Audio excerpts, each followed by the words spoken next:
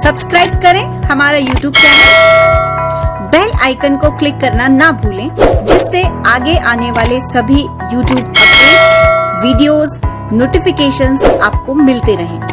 Hello दोस्तों, मैं प्रज्ञा जोशी परिष्कार college of global excellence autonomous की तरफ से आपका इस वीडियो में स्वागत करती हूँ।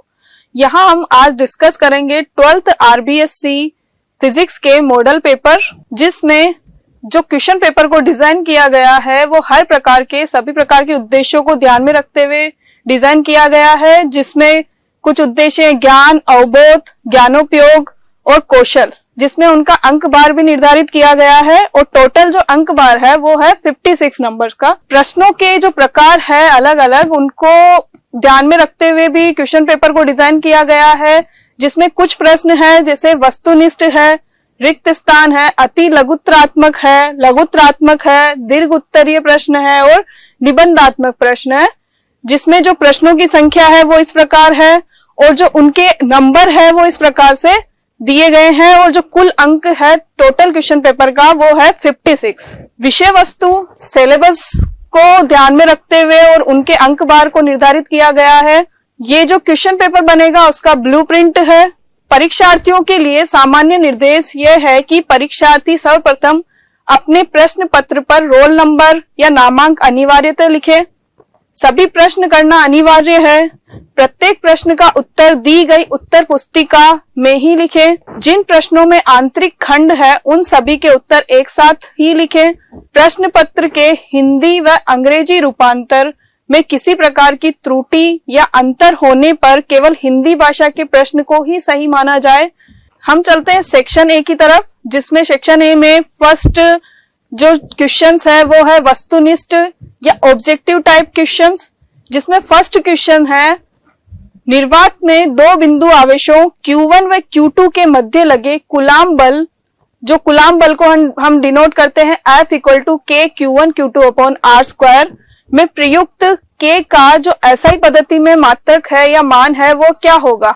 हम सभी जानते हैं कूलाम बल में जो K है उसका मान होता है 9 × 10⁹ और जो उसका मात्रक होगा वो मात्रक हम यहां से निकालेंगे।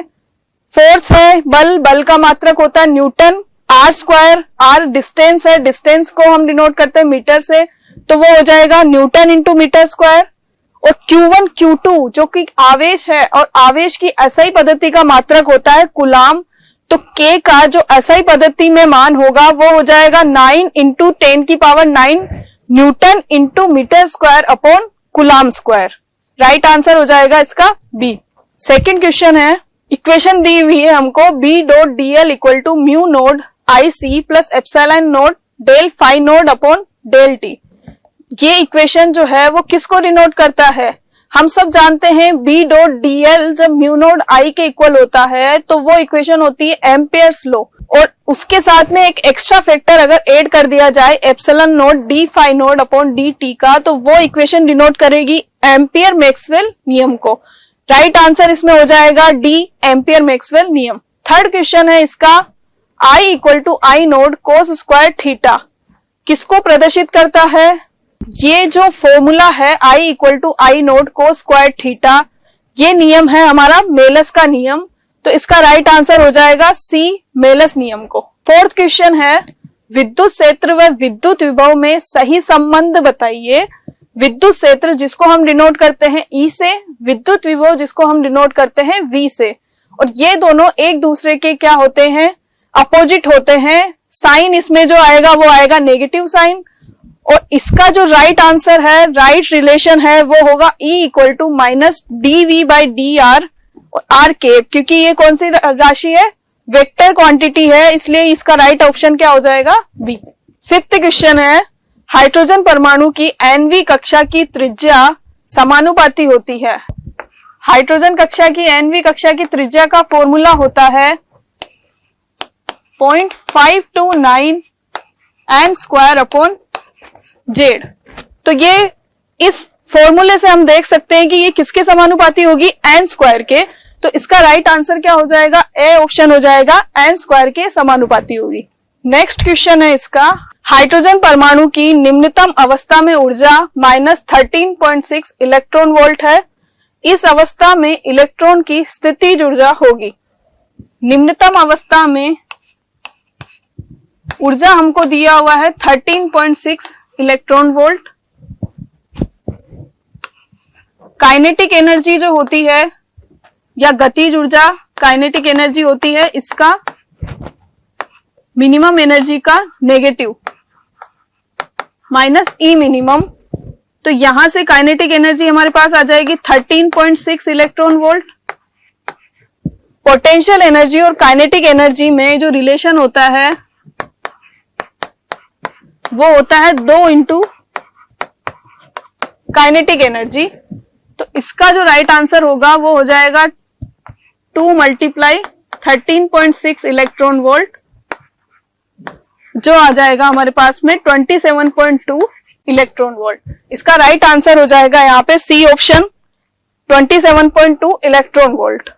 नेक्स्ट क्वेश्चन है, दो बिंदु आवेश पहले वायु में तथा फिर एप्सिलॉन आर परावैद्युतांक वाले माध्यम में उतनी ही परस्पर दूरी पर रखे जाते हैं। दोनों दशाओं के बीच में लगने वाले बलों में अनुपात होगा। बल जो हम लिखते हैं कूलाम बल, वो होता है K Q1 Q2 upon R square, और K की वैल्यू हम लिखते हैं 1/4 pi epsilon not R square Q1 Q2।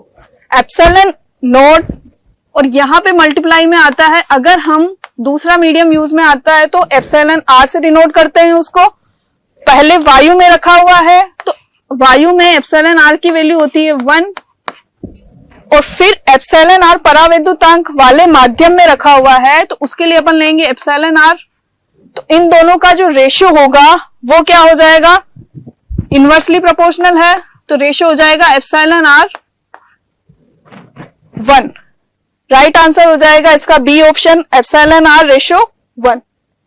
Next question है, किसी चालक तार में धारा I होने पर मुक्त इलेक्ट्रॉनों का अनुगमन वेग Vd है। यदि उसी धातु के परंतु दुगने अनुप्रस्थ काट के क्षेत्रफल के तार में धारा 2I हो तो इलेक्ट्रॉनों का अनुगमन वेग जो होगा वो क्या होगा। तो इलेक्ट्रॉनों का अनुगमन वेग हो जाएगा यहां से Vd, क्योंकि हमको पता है Vd होता है NEI अपॉन 2A। तो धारा I है तो अनुगमन वेग है Vd, और दुगने अनुप्रस्थ काट के क्षेत्रफल की बात करेंगे और उसमें धारा 2I है तो 2 से 2 कैंसिल हो जाएगा, वापस क्या आ जाएगा अनुगमन वेग Vd। तो राइट ऑप्शन इसका क्या हो जाएगा C। नेक्स्ट क्वेश्चन है, फोटोन का संवेग होता है, संवेग को हम लिखते हैं P से। फोटोन का संवेग होता है वेवलेंथ, और फोटोन का जो संवेग है उसमें रिलेशन होता है H अपॉन लेमडा। लेमडा की वैल्यू हम लिखते हैं C अपॉन म्यू। तो राइट जो रिलेशन हो जाएगा P equal to H nu upon C। Right answer क्या हो जाएगा इसका, C ऑप्शन राइट हो जाएगा। नेक्स्ट क्वेश्चन है, दिए गए धारा वितरण में I का मान है। ये जो डायग्राम बता रहा है वो बता रहा है किरचॉफ्स लॉ को, Kirchhoff's current law. First law होता है वो होता है कि आने वाली जो धारा है इनकमिंग वेव वो आउटगोइंग वेव के योग के इक्वल होगी। तो इससे हम देख सकते हैं इनकमिंग करंट कौन कौन सी है। ये वाली इनकमिंग करंट है 4 एम्पियर, 2 एम्पियर इनकमिंग करंट है। हमको फाइंड करना है I की वैल्यू। आउटगोइंग वेव करंट जो है वो है 5 एम्पियर और 3 एम्पियर। दोनों का ऐड करते हैं तो हमारे पास आता है 8 एम्पियर, और इनकमिंग वेव्स का ऐड करते हैं तो वो आता है 6 एम्पियर। तो दोनों में जो डिफरेंस है वो क्या हो जाएगा यहाँ पे I की वैल्यू। दोनों में डिफरेंस कितना है 8 माइनस 6। राइट आंसर क्या हो जाएगा इसका 2 एम्पियर। नेक्स्ट क्वेश्चन है, हाइड्रोजन परमाणु में इलेक्ट्रॉन के प्रथम कक्षा की त्रिज्या A नोड है तो हीलियम परमाणु में प्रथम कक्षा की त्रिज्या होगी। अभी हमने रिलेशन देखा था Rn इक्वल टू होता है 0.529 n स्क्वायर अपॉन जेड। किस पे डिपेंड कर रहा है, जेड पे डिपेंड कर रहा है। हाइड्रोजन परमाणु के लिए जेड की वैल्यू होती है 1 हीलियम परमाणु के लिए जेड की वैल्यू होती है 2, तो राइट आंसर जो हो जाएगा वो कितना हो जाएगा, माना कि उसके लिए ए नोड है, तो हीलियम परमाणु के लिए कितना हो जाएगा, ए नोड बाई 2। राइट आंसर हो जाएगा इसका डी ऑप्शन। नेक्स्ट क्वेश्चन है, हाइड्रोजन परमाणु में मुख्य क्वांटम संख्या n के बढ़ने के साथ साथ ऊर्जा तलों के मध्य ऊर्जा अंतराल क्या होगा, कम होगा, बढ़ेगा, समान रहेगा, या कुछ कह नहीं सकते हैं। तो इसका राइट आंसर हो जाएगा n के बढ़ने के साथ साथ ऊर्जा तलों के मध्य ऊर्जा अंतराल क्या हो जाएगा, कम हो जाएगा। विद्युत क्षेत्र E में P आघूर्ण वाले द्विध्रुव पर लगने वाला बल आघूर्ण है। बल आघूर्ण को टो से डिनोट करते हैं और उसका जो रिलेशन होता है वो होता है P क्रॉस E। तो इसका राइट आंसर क्या हो जाएगा, B option, P cross E। Next question है, प्रतिरोध मापन के लिए उपयोग में आने वाला उपकरण है।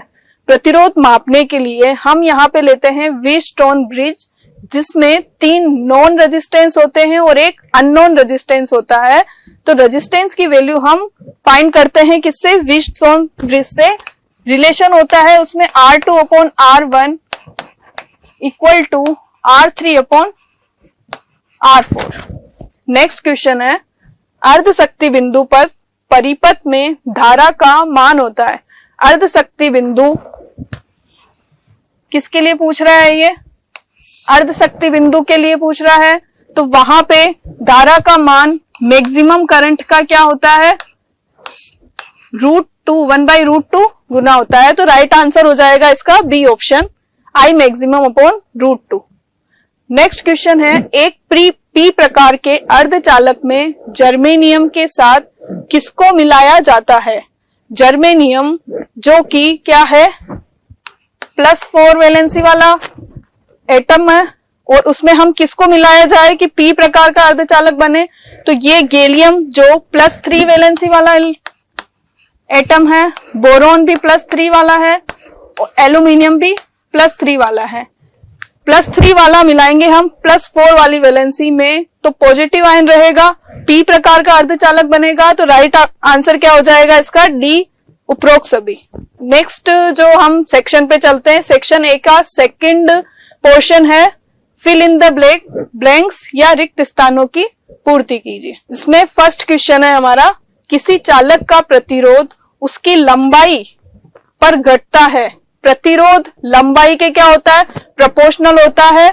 तो लंबाई को कम करने पर क्या होगा, वो घटेगा। आंसर हो जाएगा इसका घटाने पर घटता है। नेक्स्ट क्वेश्चन है, अतिचालक पदार्थ की चुंबकीय प्रवृत्ति, जिसको हम डिनोट करते हैं काई से, की वैल्यू क्या होती है। अतिचालक पदार्थ की चुंबकीय प्रवृत्ति की जो वैल्यू है वो होती है -1। नेक्स्ट क्वेश्चन है, प्रत्यावर्ती धारा का वर्ग माध्य मूल मान उसके शिखर मान का कितना गुना होता है। वर्ग माध्य मूल मान जिसको हम लिखते हैं IRMS से, शिखर मान जिसको हम लिखते हैं IP से। तो IRMS जो होता है, हमको पता है IRMS शिखर मान का 1/√2 गुना होता है। तो इसका आंसर हो जाएगा IP अपॉन √2 या 1/√2। नेक्स्ट क्वेश्चन है, नाभिक की खोज किसने की है। ये तो सबको पता है, नाभिक की खोज किसने की है, रदरफोर्ड ने की है। नेक्स्ट क्वेश्चन है, परम शून्य ताप पर अर्धचालकों की चालकता का मान होता है। परम शून्य ताप पर अर्धचालकों की चालकता जो कि पूरी तरह से कुचालक की तरह बिहेव करता है, तो उसकी वैल्यू क्या हो जाएगी, 0 हो जाएगी।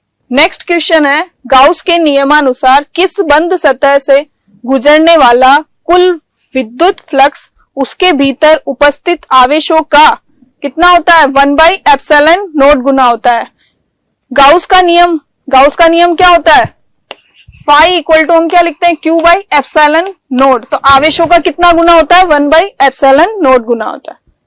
नेक्स्ट क्वेश्चन है, किरचॉफ का नियम द्वितीय नियम जो है वो संरक्षण, कौन से संरक्षण नियम पर आधारित होता है। किरचॉफ का द्वितीय नियम वोल्टेज पे डिपेंड करता है, और वो किस पे आधारित होता है, ऊर्जा संरक्षण नियम पर आधारित होता है। नेक्स्ट क्वेश्चन है, एम्पियर नियम के अनुसार किसी बंद पथ के लिए चुंबकीय क्षेत्र का रेखीय समाकलन उस बंद पथ से संबद्ध क्षेत्रफल से पारित धाराओं के कुल बीजगणितीय योग का कितना गुना होता है? म्यू नोट गुना होता है। राइट ऑप्शन क्या है? Mu naught. हम लिखते हैं चुंबकीय क्षेत्र को B डॉट dl को हम क्या लिखते हैं? म्यू नोट I से लिखते हैं। B डॉट dl इंटीग्रेशन में किसके इक्वल होता है? म्यू नोट I के इक्वल होता है। तो धाराओं के कितने गुने के इक्वल होगा? म्यू नोट गुना। नेक्स्ट क्वेश्चन है, परावर्ती दूरदर्शी में अभिदर्शक के रूप में लेंस के स्थान पर किसका उपयोग किया जाता है? तो राइट ऑप्शन क्या हो जाएगा? इसका राइट आंसर अवतल दर्पण का यूज किया जाता है। पूर्ण आंतरिक परावर्तन की स्थिति में प्रकाश किरण, पूर्ण आंतरिक परावर्तन क्या होता है? जब एक माध्यम से दूसरे माध्यम में कोई किरण जा रही है पर एक एंगल जिसको हम बोलते हैं क्रिटिकल एंगल या क्रांतिक कोण, जिस पर वो क्या हो जाएगी? वापस उसी माध्यम में निकल जाएगी, तो उसको हम क्या बोलते हैं? पूर्ण आंतरिक परावर्तन बोलते हैं। तो प्रकाश किरण कौन से माध्यम से? सघन माध्यम से विरल माध्यम में जाएगी, तभी कौन सी घटना होगी? पूर्ण आंतरिक परावर्तन की घटना होगी। नेक्स्ट क्वेश्चन या नेक्स्ट सेक्शन पे चलते हैं अपन, जिसमें हम लेंगे अति लघुतरात्मक क्वेश्चन या वेरी शॉर्ट टाइप क्वेश्चन, जिसमें निम्नलिखित प्रश्नों का उत्तर एक शब्द या एक पंक्ति में देना है। इसमें फर्स्ट क्वेश्चन है हमारा, यूरेनियम 92-235 के विखंडन से कितने मेगा इलेक्ट्रॉन वोल्ट ऊर्जा मुक्त होती है? ये तो सभी जानते हैं। कितने मेगा इलेक्ट्रॉन वोल्ट ऊर्जा मुक्त होती है? 200 मेगा इलेक्ट्रॉन वोल्ट ऊर्जा मुक्त होती है। नेक्स्ट क्वेश्चन है, अर्धचालकों के लिए ताप वृद्धि के साथ प्रतिरोधकता में परिवर्तन का लेखा चित्र खींचिए। ताप वृद्धि के साथ प्रतिरोधकता क्या होगी? कम होती है, तो उसका जो रेखा चित्र है वो किस तरह से हो जाएगा? इस तरह से। नेक्स्ट क्वेश्चन है, एक आवेश Q चुंबकीय क्षेत्र B की दिशा में V वेग से प्रवेश करता है, तो इस आवेश पर कार्यरत बल का मान ज्ञात कीजिए।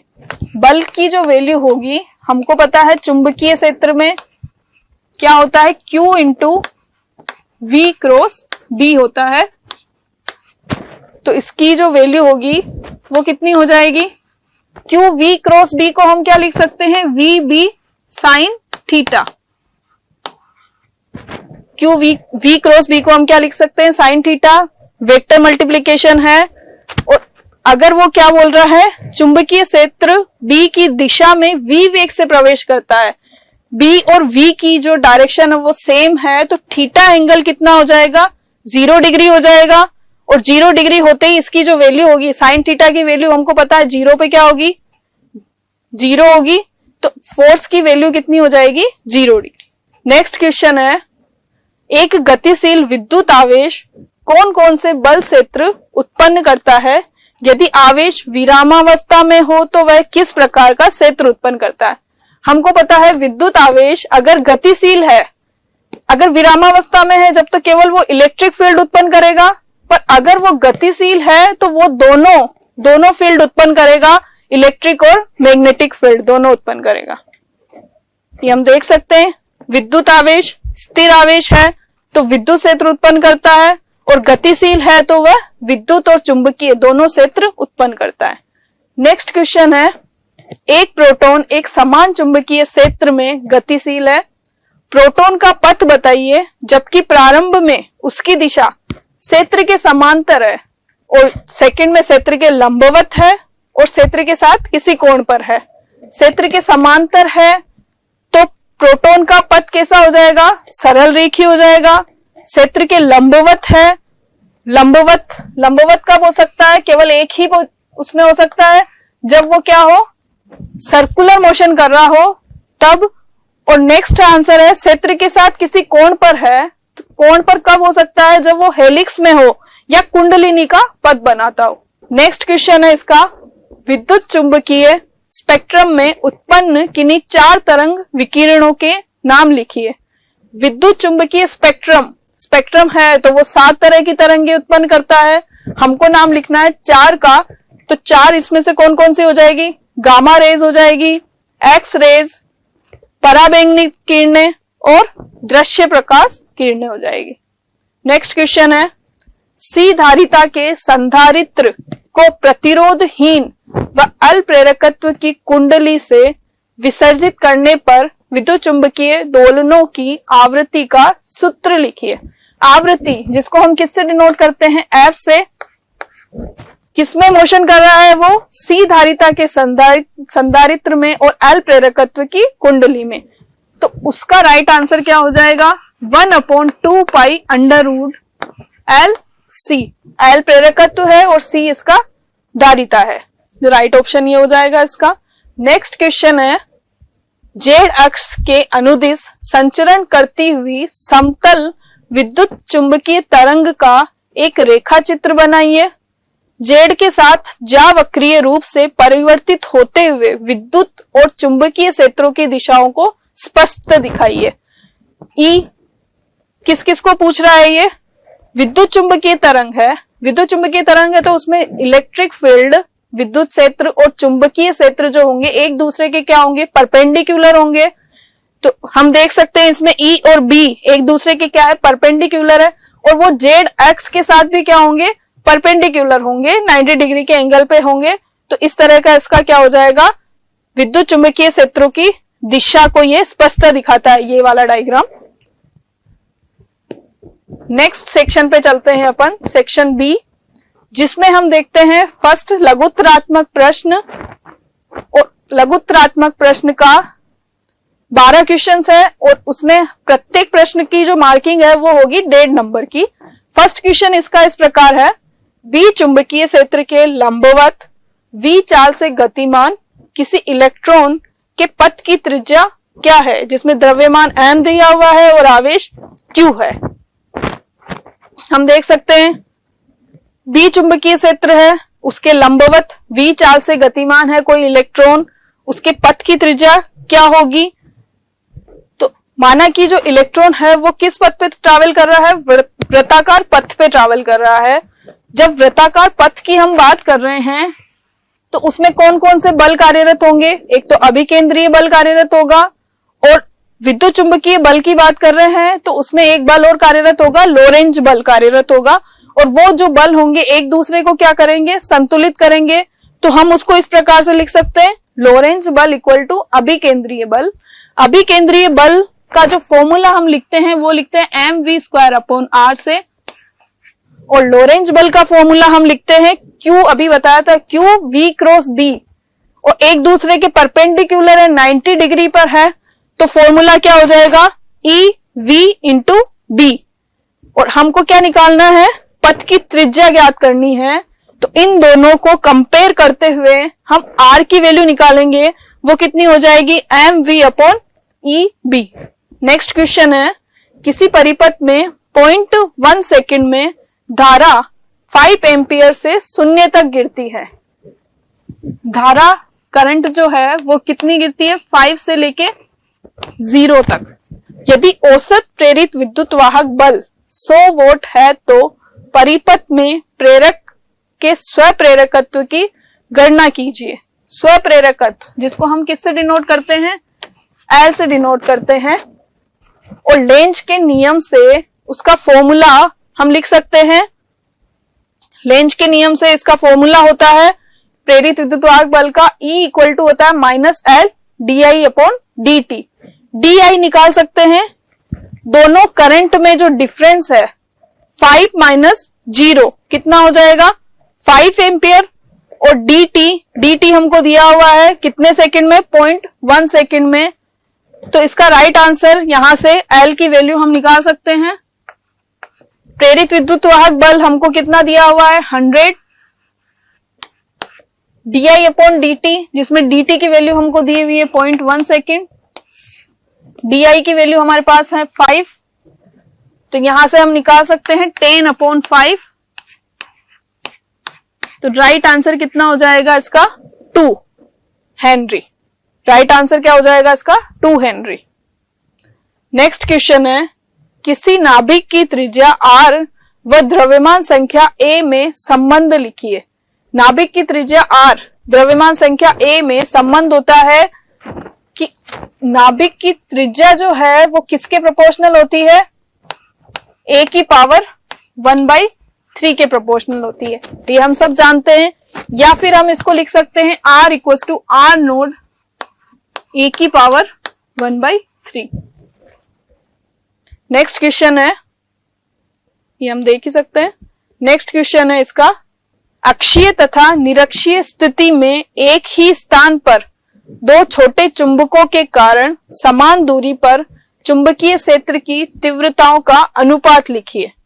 अक्षीय दो स्थितियां दिखाई गई है, अक्षीय और निरक्षीय। जब हम बात कर रहे हैं अक्षीय स्थिति की, एक्सियल स्टेट की, तो इसमें जो चुंबकीय क्षेत्र है उसकी वैल्यू हो जाएगी म्यू नोड अपॉन 4 पाई 2m अपॉन r क्यूब। हम निरक्षीय की बात करेंगे तो उसके लिए वैल्यू हो जाएगी म्यू नोड अपॉन 4 पाई m अपॉन r क्यूब। क्या निकालना है, इनकी तीव्रताओं का अनुपात निकालना है। एक दूसरे से डिवाइड करेंगे तो तीव्रताओं का अनुपात कितना हो जाएगा, 2:1 हो जाएगा। नेक्स्ट क्वेश्चन है, विद्युत चुंबकीय विकिरणों के एक बिंदु स्रोत की औसत शक्ति 800 वोल्ट है, तो स्रोत से 4 मीटर की दूरी पर विद्युत क्षेत्र का अधिकतम मान ज्ञात कीजिए। इसका जो फॉर्मूला होता है, विद्युत क्षेत्र का मान ज्ञात करना है हमको विद्युत चुंबकीय विकिरणों के लिए, तो इसका फॉर्मूला हमको पता है, तीव्रता, विद्युत चुंबक की तीव्रता को लिखते हैं अपन P अपॉन A से, और A की जो वैल्यू है वो हमने पुट की है यहाँ पे 4 पाई r स्क्वायर, और इसको हम क्या लिख सकते हैं, म्यू एवरेज C, और यहाँ पे जो U है वो उसकी वैल्यू क्या हो जाएगी, half epsilon note E note का स्क्वायर इंटू C। वैल्यूज हम पुट करेंगे और हमको क्या निकालना है, विद्युत क्षेत्र का मान निकालना है। यहां से E नोट की वैल्यू निकालेंगे और उसमें हम वैल्यूज पुट करेंगे किसकी, औसत निर्गत शक्ति की, जो है P पावर से डिनोट कर रहे हैं उसको 800 2 पाई r स्क्वायर। हमको दिया हुआ है R की वैल्यू 4 मीटर की दूरी है, R की वैल्यू दी हुई है। एप्सिलॉन नोट की वैल्यू हमको पता है 8.85 10 की पावर -12, और C यहाँ पे क्या है, लाइट की वेलोसिटी है, वो कितनी होती है, उसकी वैल्यू 3 इंटू 10 की पावर 8। ये वैल्यू पुट करके हमको किसकी वैल्यू मिल जाएगी, विद्युत क्षेत्र की अधिकतम मान की वैल्यू मिल जाएगी, और वो हो जाएगी 54.77 वोल्ट पर मीटर। नेक्स्ट क्वेश्चन है इसका, एक टैंक परिपथ में एक नैनो फेराड का संधारित्र तथा 10 माइक्रो हेनरी का प्रेरक संयोजित है, इससे उत्पन्न वाहक आवृत्ति ज्ञात कीजिए। अभी फॉर्मूला बताया था आवृत्ति का, F इक्वल टू, जब हम बात कर रहे हैं प्रेरकत्व की और बात कर रहे हैं किसकी, संधारित्र की, तो उसके लिए वैल्यू होती है 2 पाई रूट LC। तो यहाँ पे हम वैल्यू पुट कर देंगे L की और C की वैल्यू पुट कर देंगे, जिससे हमारे पास किसकी वैल्यू आ जाएगी, आवृत्ति की वैल्यू आ जाएगी। ये हमने वैल्यूज पुट की है, यहाँ पे L की वैल्यू पुट की है 10 माइक्रो हेनरी, C की वैल्यू पुट की है 1 नैनो फेरेड, और यहां से हमारे पास आया है 1592 इंटू 10 की पावर 3 हर्ट्ज। नेक्स्ट क्वेश्चन है इसका, एक गोलीय संधारित्र के बाहरी व भीतरी गोलों की त्रिज्याएं क्रमशः 1 मीटर व 75 सेंटीमीटर है, तो दोनों गोलों के मध्य एप्सिलॉन r इक्वल टू 18 का माध्यम भरा हुआ हो तो संधारित्र की धारिता ज्ञात करनी है हमको।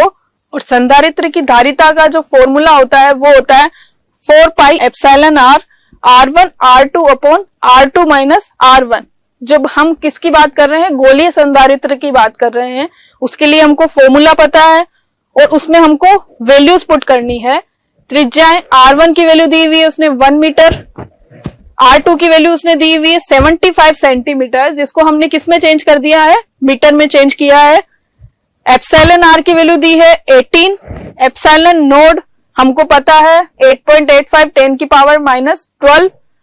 वैल्यूज पुट करके हमको क्या मिल जाएगा, इसकी संधारित्र की धारिता की वैल्यूज हम फाइंड कर लेंगे और वो वैल्यू हो जाएगी, ये वैल्यूज पुट करने के बाद में हमारे पास आंसर आ जाएगा 9 इंटू 10 की पावर -9 फेराड है। नेक्स्ट क्वेश्चन है, निम्न चित्र में बंद परिपथ का एक भाग दिखाया गया है, बिंदुओं A तथा B के मध्य विभवांतर ज्ञात कीजिए। विभवांतर फाइंड करना है VA माइनस VB।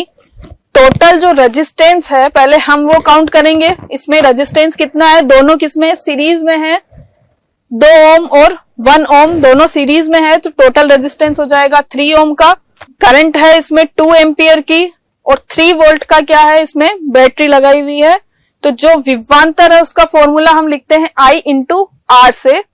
I हमको पता है 2 एम्पियर, R रेजिस्टेंस जो सीरीज में है वो टोटल हो जाएगा 3 ओम, तो इसकी वैल्यू कितनी आ जाएगी 6 वोल्ट।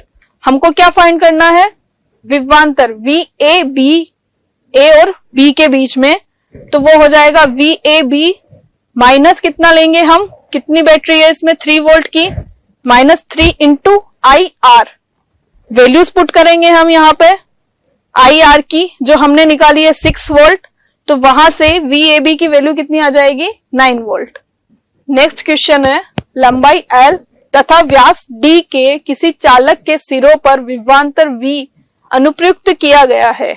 इस चालक में आवेश वाहकों के अपवाह वेग VD पर क्या प्रभाव होगा जब V को आधा कर दिया जाए, जब L को दुगना कर दिया जाए, और थर्ड है D को आधा कर दिया जाए। तो हमको पता है, अभी हमने फॉर्मूला देखा था, VD जो अपवहन वेग है उसका फॉर्मूला होता है I/NA इंटू E।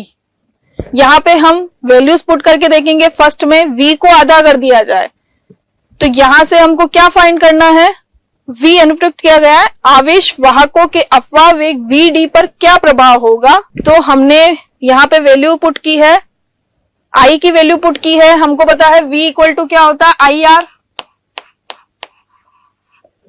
I की वैल्यू हमने पुट की है यहां से V/R। V/R पुट किया है, और प्रतिरोधकता रो और R में क्या रिलेशन होता है, R इक्वल्स टू होता है हमारे पास में ρA इंटू ρA/L, ये रिलेशन होता है। ये वैल्यू भी हमने कहा पुट की है, R की जगह पुट की है, रो हमने यहां पे पुट किया है R की जगह ρL/A। ये रिलेशन होता है किसमें, प्रतिरोध और प्रतिरोधकता में। वैल्यू पुट करके हम यहाँ पे वैल्यू देखेंगे। फर्स्ट ऑप्शन है V को आधा कर दिया जाए। जब हम V को आधा करेंगे तो उसकी अपवहन वेग भी क्या हो जाएगा, आधा हो जाएगा, क्योंकि वो V के प्रोपोर्शनल है।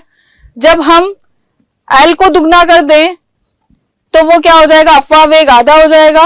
और VD जो कि तार के व्यास पर निर्भर नहीं करता है, तो D को अगर आधा कर दें तो VD पर क्या होगा, कोई प्रभाव नहीं पड़ेगा। नेक्स्ट क्वेश्चन है इसका, प्रकाशिक तंतु या ऑप्टिकल फाइबर क्या होते हैं। तो हम यहां से देख सकते हैं, प्रकाशिक तंतु जो होते हैं वो पूर्ण आंतरिक परावर्तन की घटना पर आधारित एक युक्ति होती है, जिसकी सहायता से एक प्रकाश संकेत को एक स्थान से दूसरे स्थान पर बिना ऊर्जा क्षति के प्रेषित किया जा सकता है। प्रकाशिक तंतु उच्च गुणवत्ता के संयुक्त कांच या क्वार्ट्ज तंतुओं से बनाया जाता है। प्रकाशिक तंतु जो होते हैं वो किससे बनाए जाते हैं, कांच या क्वार्ट्ज तंतुओं से बनाया जाता है। नेक्स्ट क्वेश्चन है, एक परमाणु द्रव्यमान मात्रक की परिभाषा दीजिए। एक परमाणु द्रव्यमान मात्रक जिसको हम शॉर्ट में 1AMU से भी डिनोट करते हैं, तो वो होता है कार्बन 12 परमाणु जो होते हैं उसको हम आइडियल लेते हैं, उसका 1/12 पार्ट होता है। तो इसको हम इससे लिख सकते हैं, कार्बन 12 के परमाणु के द्रव्यमान के 12वें भाग को परमाणु द्रव्यमान मात्रक कहते हैं, और इसे U या 1AMU से भी डिनोट कर सकते हैं। तो हम यहां से देख सकते हैं, कार्बन परमाणु का द्रव्यमान, एक परमाणु का द्रव्यमान और उसका 12वां भाग जिसको हम 1AMU से डिनोट कर रहे हैं, और कार्बन परमाणु का जो द्रव्यमान होता है वो होता है 1.99, वो हमने फाइंड किया है 1.99 10⁻⁻26 किलोग्राम। तो इससे 1AMU की जो वैल्यू आएगी वो हो जाएगी 1.66 10⁻⁻27 किलोग्राम। इस प्रकार परमाणु द्रव्यमान मात्रक द्रव्यमान का मात्रक है जहां उसकी वैल्यू कितनी होती है 1.66 10⁻⁻27 किलोग्राम। नेक्स्ट क्वेश्चन है, हाइड्रोजन परमाणु की प्रथम से द्वितीय उत्तेजित अवस्था में ऊर्जाओं का अनुपात ज्ञात कीजिए। हाइड्रोजन परमाणु के लिए देखना है तो उसके लिए जो फॉर्मूला होता है वो होता है E equals to -13.6 upon n square. ये फॉर्मूला होता है। किसके लिए देखना है अपने को? प्रथम से द्वितीय उत्तेजित अवस्था में। प्रथम अवस्था है फर्स्ट एक्साइटेड स्टेज, उसके लिए n की वैल्यू होगी 2, और द्वितीय उत्तेजित अवस्था है उसके लिए n की वैल्यू होगी 3, क्योंकि अपन जो फर्स्ट स्टेट लेते हैं ग्राउंड स्टेट उसके लिए लेते हैं n equal to 1, first excited state है उसके लिए n इक्वल टू 2, और द्वितीय एक्साइटेड स्टेट है उसके लिए अपन लेते हैं n इक्वल टू 3। तो वैल्यूज पुट करके हम उसका रेशियो निकाल सकते हैं। इनवर्सली प्रोपोर्शनल है तो क्या हो जाएगा 3/2 का स्क्वायर, और वैल्यू क्या आ जाएगी इसकी 9/4। नेक्स्ट अपन चलते हैं सेक्शन सी पर, जिसमें हम देखेंगे दीर्घ उत्तरीय प्रश्न, जिसमें 3 क्वेश्चन दिए गए हैं और उनका जो मार्किंग है वो है 3 के हिसाब से मार्किंग है। टोटल नंबर है उनका 9। उसमें फर्स्ट क्वेश्चन है प्रकाश विद्युत प्रभाव क्या है। प्रकाश विद्युत प्रभाव के बारे में हम सब जानते हैं कि जब भी कोई विशिष्ट आवृत्ति या उससे अधिक आवृत्ति का प्रकाश किसी धातु की सतह पर आपतित किया जाता है तो धातु के पृष्ठ से वो क्या निकालता है? इलेक्ट्रॉन निकालता है, और ये घटना क्या कहलाती है? प्रकाश विद्युत प्रभाव कहलाती है। जैसे कि ये लाइट है, लाइट इंसिडेंट हो रही है किसी पृष्ठ पर, तो उससे क्या निकलेंगे? इलेक्ट्रॉन निकलेंगे। और ये है कि प्रकाश के कारण जो पृष्ठ से उत्सर्जित इलेक्ट्रॉनों को हम क्या बोलेंगे? प्रकाश इलेक्ट्रॉन या फोटो इलेक्ट्रॉन। तथा उत्पन्न जो धारा होगी वहां से विद्युत धारा, उसको हम बोलेंगे प्रकाश विद्युत धारा। जो पृष्ठ इलेक्ट्रॉन का उत्सर्जन करता है उसे प्रकाश इलेक्ट्रॉन उत्सर्जक या प्रकाश सुग्राही पदार्थ कहते हैं। अलग अलग धातुओं की इलेक्ट्रॉन उत्सर्जन क्षमता अलग अलग होती है। क्षारीय धातु, जैसे कि क्षारीय धातु में कौन से आती है? लिथियम आती है, सोडियम, पोटेशियम, सीजियम आदि दृश्य प्रकाश पर भी प्रकाश विद्युत प्रभाव को प्रदर्शित करती है, और यही कारण है कि इन्हें प्रकाश सुग्राही धातुएं भी कहते हैं। क्षारीय धातु को हम कौन सी धातु कहते हैं? प्रकाश सुग्राही धातु कहते हैं।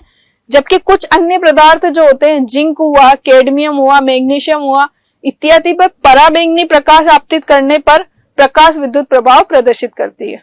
इसका अथवा में एक क्वेश्चन है, प्रकाश विद्युत प्रभाव की घटना में निम्न को परिभाषित कीजिए।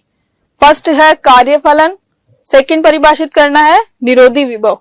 तो कार्यफलन जो होता है, जो हमने अभी देखा है प्रकाश विद्युत प्रभाव में इलेक्ट्रॉन निकलेगा। कोई भी लाइट इंसिडेंट होगी किसी पृष्ठ पर तो उससे क्या निकलेगा? इलेक्ट्रॉन निकलेगा। तो उस इलेक्ट्रॉन को निकालने के लिए आवश्यक जो न्यूनतम ऊर्जा होगी उसको हम क्या कहते हैं? कार्यफलन कहते हैं। उसको हम किससे डिनोट करते हैं? फाई नोट से डिनोट करते हैं। और निरोधी विभव जिसको हम किससे डिनोट कर रहे हैं? वी नोट से। वह क्या होता है? वह कैथोड के सापेक्ष एनोड को दिया गया वह ऋणात्मक विभव होता है जिस पर प्रकाश विद्युत धारा का मान 0 हो जाए।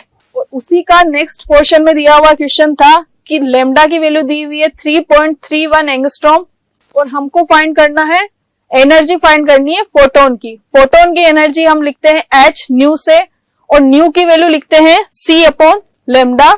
इसमें हम वैल्यू पुट करेंगे। h जो कि प्लांक कांस्टेंट है उसकी वैल्यू होती है 6.63 10⁻34। c लाइट वेलोसिटी है जो हम सबको पता है 3 × 10⁸, और लेमडा जो उसने दिया हुआ है गिवन है 3.31 एंगस्ट्रॉम। ये वैल्यू पुट करके हम एनर्जी की वैल्यू निकाल सकते हैं, और जो एनर्जी की वैल्यू होगी 6 × 10⁻16 जूल। और उसको हम अगर किलो इलेक्ट्रॉन वोल्ट में कन्वर्ट करते हैं तो हम इलेक्ट्रॉन का जो आवेश है उससे हम क्या कर देंगे? डिवाइड कर देंगे, जिससे हमारे पास वैल्यू आएगी 3.756 kilo electron volt. Next question है, एक लंबी परिनालिका के अंदर चुंबकीय क्षेत्र का मान ज्ञात कीजिए। परिनालिका क्या होती है दोस्तों? कि जब किसी बेलनाकार कुचालक नलिका पर उसकी लंबाई के अनुदिश एक समान रूप से विद्युत रुद्ध तांबे के तार या उसको लपेट लिए जाते हैं तांबे के तारों को, तो ये व्यवस्था क्या कहलाती है? परिनालिका या सोलेनोइड कहलाती है। परिनालिका में जो प्रत्येक फेरे हैं उसका तल परिनालिका के एक्स के लगभग लंबवत माना जा सकता है। परिनालिका के तारों में नियत मान की धारा प्रवाहित करने पर उत्पन्न चुंबकीय क्षेत्र जो किस प्रकार होगा, वो इस तरह से होगा। ये सब कुंडली बनाई गई है तारों को लपेट के, और इससे जो क्षेत्र उत्पन्न हो रहा है वो इस प्रकार होगा कि परिनालिका के भीतर चुंबकीय बल रेखाएं क्या होगी, समांतर होगी तथा इनकी दिशाएं लंबाई के अनुदिश होती है। अतः परिनालिका के बाहर चुंबकीय क्षेत्र का मान तो क्या होगा, नगण्य होता है, केवल अंदर ही होगा, पी क्यू में होगा। और हमको पता है कि जब लंबवत होता है तभी विद्युत चुंबकीय क्षेत्र को हम ले सकते हैं, समांतर में वो क्या हो जाएगा, 0 हो जाएगा। और उसके बाहर जो हम रीजन देख रहे हैं आरएस वाला, उसमें क्या हो जाएगा, उसकी वैल्यू 0 हो जाएगी, करंट की वैल्यू। किसी परिनालिका की त्रिज्या आर की तुलना में इसकी लंबाई अत्यधिक होने पर इसे अनंत लंबाई की परिनालिका माना जाता है। जब उसकी त्रिज्या क्या हो जाए, रेडियस से अधिक हो जाए, उसकी लंबाई अधिक हो जाए, तो उसको हम क्या बोलेंगे, अनंत लंबाई की परिनालिका। और अनंत लंबाई की परिनालिका के जो होंगे वो तो क्या होंगे, सिरे नहीं होते हैं। अतः इस कारण अनंत लंबाई की जो परिनालिका है उसके भीतर एक समान चुंबकीय क्षेत्र उत्पन्न होता है, जिसे इसकी एक्स के समांतर बल रेखाओं द्वारा व्यक्त करते हैं। इस स्थिति में परिनालिका के बाहर स्थित बिंदु पर चुंबकीय क्षेत्र का मान, बाहर जो बिंदु होंगे उस पे चुंबकीय क्षेत्र का मान क्या हो जाएगा, 0 हो जाएगा। और इसे ही हम क्या कहते हैं, आदर्श परिनालिका भी कहते हैं।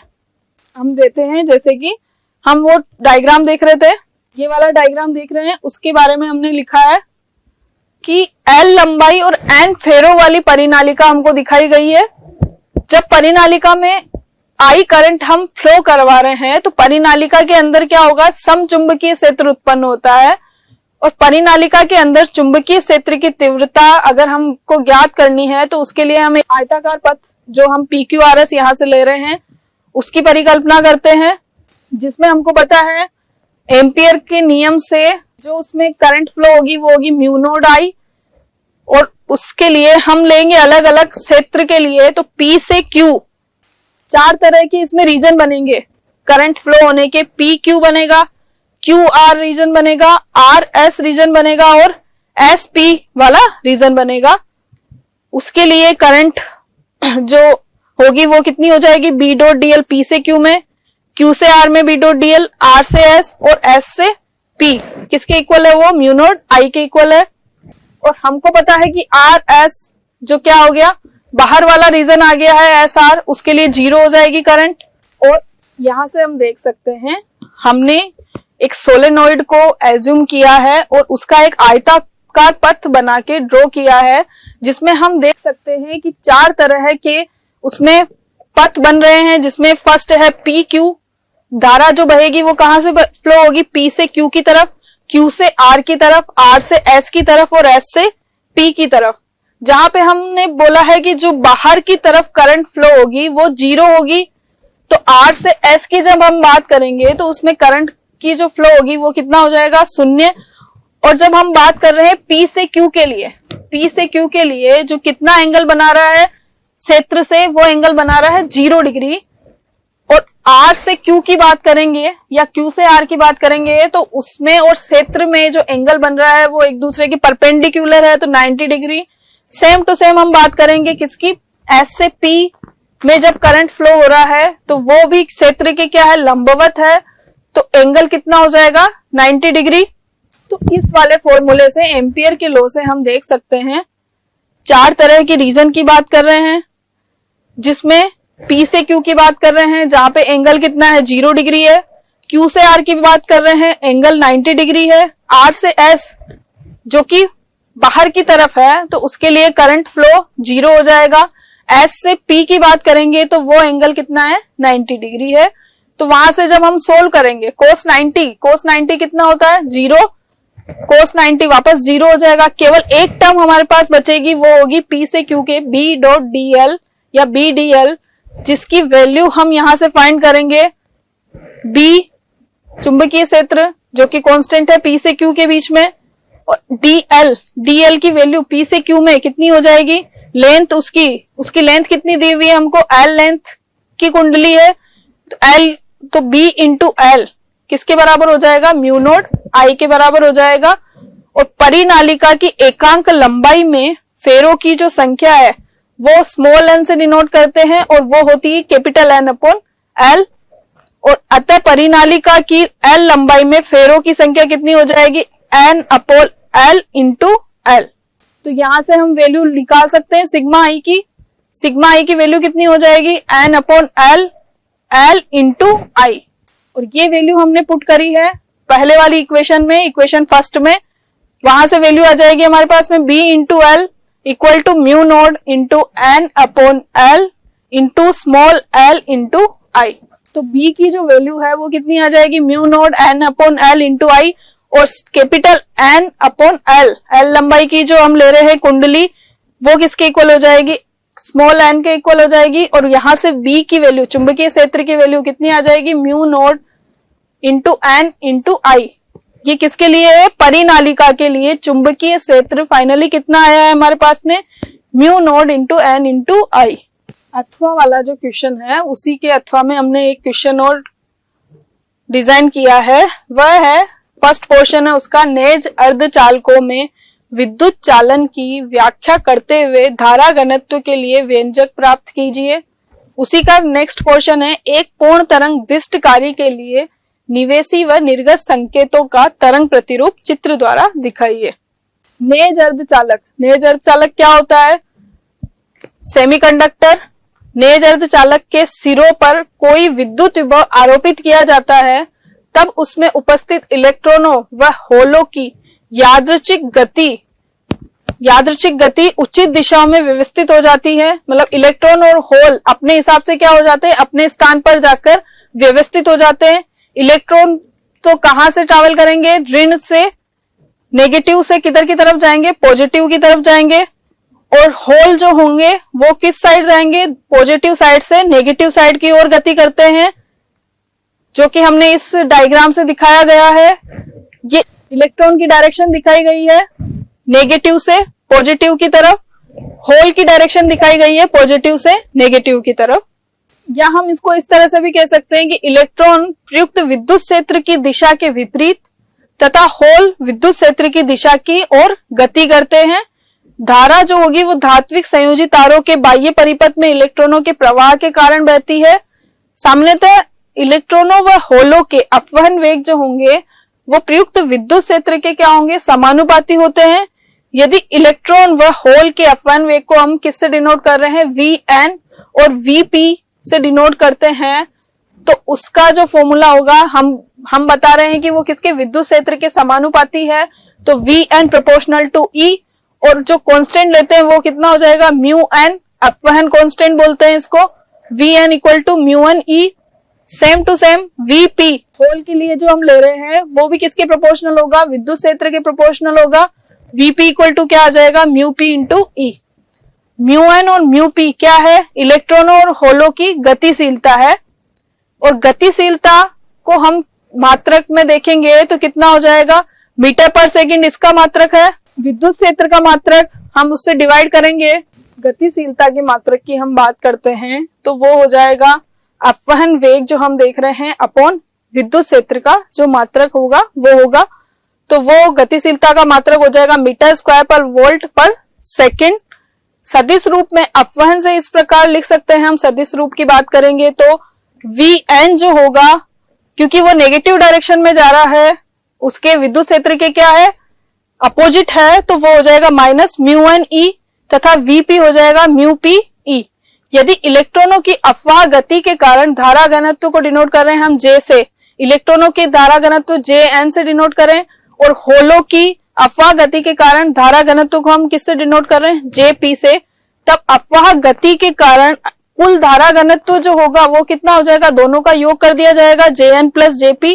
किंतु हम धारा घनत्व की जो परिभाषा है उससे देख सकते हैं कि धारा घनत्व किसके बराबर होगा, आवेश वाहकों का संख्या घनत्व इंटू आवेश इंटू अपवहन वेग। तो आवेश वाहकों का संख्या घनत्व इलेक्ट्रॉन की जब हम बात कर रहे हैं तो टोटल मान लिया n इलेक्ट्रॉन है तो वो कितना हो जाएगा n इंटू माइनस ई। और आवेश को हम किससे लिख रहे हैं, E से। अपवहन वेग को लिख रहे हैं Vn से लिख रहे हैं, तो इसका जो फॉर्मूला हो जाएगा वो हो जाएगा n इंटू माइनस ई।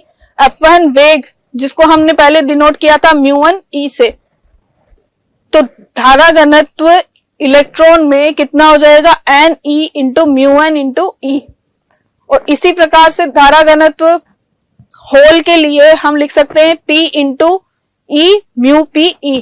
और इन दोनों को जब हम ऐड करेंगे तो हमारे पास टोटल धारा घनत्व कितना आ जाएगा, N mu N plus P mu P into E. अतः नेज अर्धचालक में कुल धारा घनत्व का जो व्यंजक है वो इक्वेशन, इस वाली इक्वेशन से फाइंड कर सकते हैं। एक पूर्ण तरंग दृष्टकारी, सेकंड पोर्शन पर चलते हैं हम, जिसमें पूछा गया है पूर्ण तरंग दृष्टकारी के लिए निवेशी व निर्गत संकेतों का तरंग प्रतिरूप हमको फाइंड करना है। तो निवेशी जो इनकमिंग करंट है वो तो इस तरह से पूर्ण तरंग दृष्टकारी की बात कर रहे हैं। पूर्ण तरंग दृष्टकारी पूरी इनकमिंग वेव को पॉजिटिव डायरेक्शन में रिफ्लेक्ट कर लेता है। तो इसका जो निर्गत होगा, निर्गत वोल्टता, इसकी किस तरह से डिनोट होगी, ये इसका निवेशी संकेत है और ये इसका निर्गत संकेत है, इनपुट और आउटपुट। नेक्स्ट क्वेश्चन है दर्पण समीकरण 1/v plus 1/u equal to 1/f, जो हमको पता है उसको हमको क्या करना है, डिराइव करना है। नेक्स्ट पोर्शन है इसका, अवतल दर्पण द्वारा प्रतिबिंब रचना का किरण चित्र बनाकर बिंब की दूरी को हम किससे लिख रहे हैं, u से, प्रतिबिंब की दूरी v और फोकस दूरी में हमको संबंध स्थापित करना है। तो डायग्राम को देखते हुए हम इसको समझा सकते हैं कि जो मुख्य अक्ष पर हमने एक पॉइंट लिया है, ए बी ऑब्जेक्ट लिया है, उससे बी बिंदु पर बिंब ए बी से एक समांतर किरण ए पी, जो हम यहाँ से देख सकते हैं समांतर किरण ए पी धरातल पर क्या है, आपतित हो रही है और उससे टकराकर परावर्तन के पश्चात कहां से गुजरेगी, फोकस से गुजरती है। सेकंड हम देखते हैं बिंदु ए से जो अन्य किरण है ए सी, यहां से टकराकर तो वापस किससे निकल रही है, फोकस से निकलेगी। एक दूसरी किरण हम देख रहे हैं यहाँ पर ए सी, जो कि वक्रता केंद्र सी से डिनोट कर रहे हैं, वहां से निकल के सीधी निकल जाएगी। और नेक्स्ट हम देख रहे हैं कि ये दोनों जब एक बिंदु पर मिल रही है ए डैश पर, ये दोनों जो पॉइंट्स है वो किस बिंदु पर मिल रहे हैं, ए डैश पॉइंट पर मिल रहे हैं वहां पर।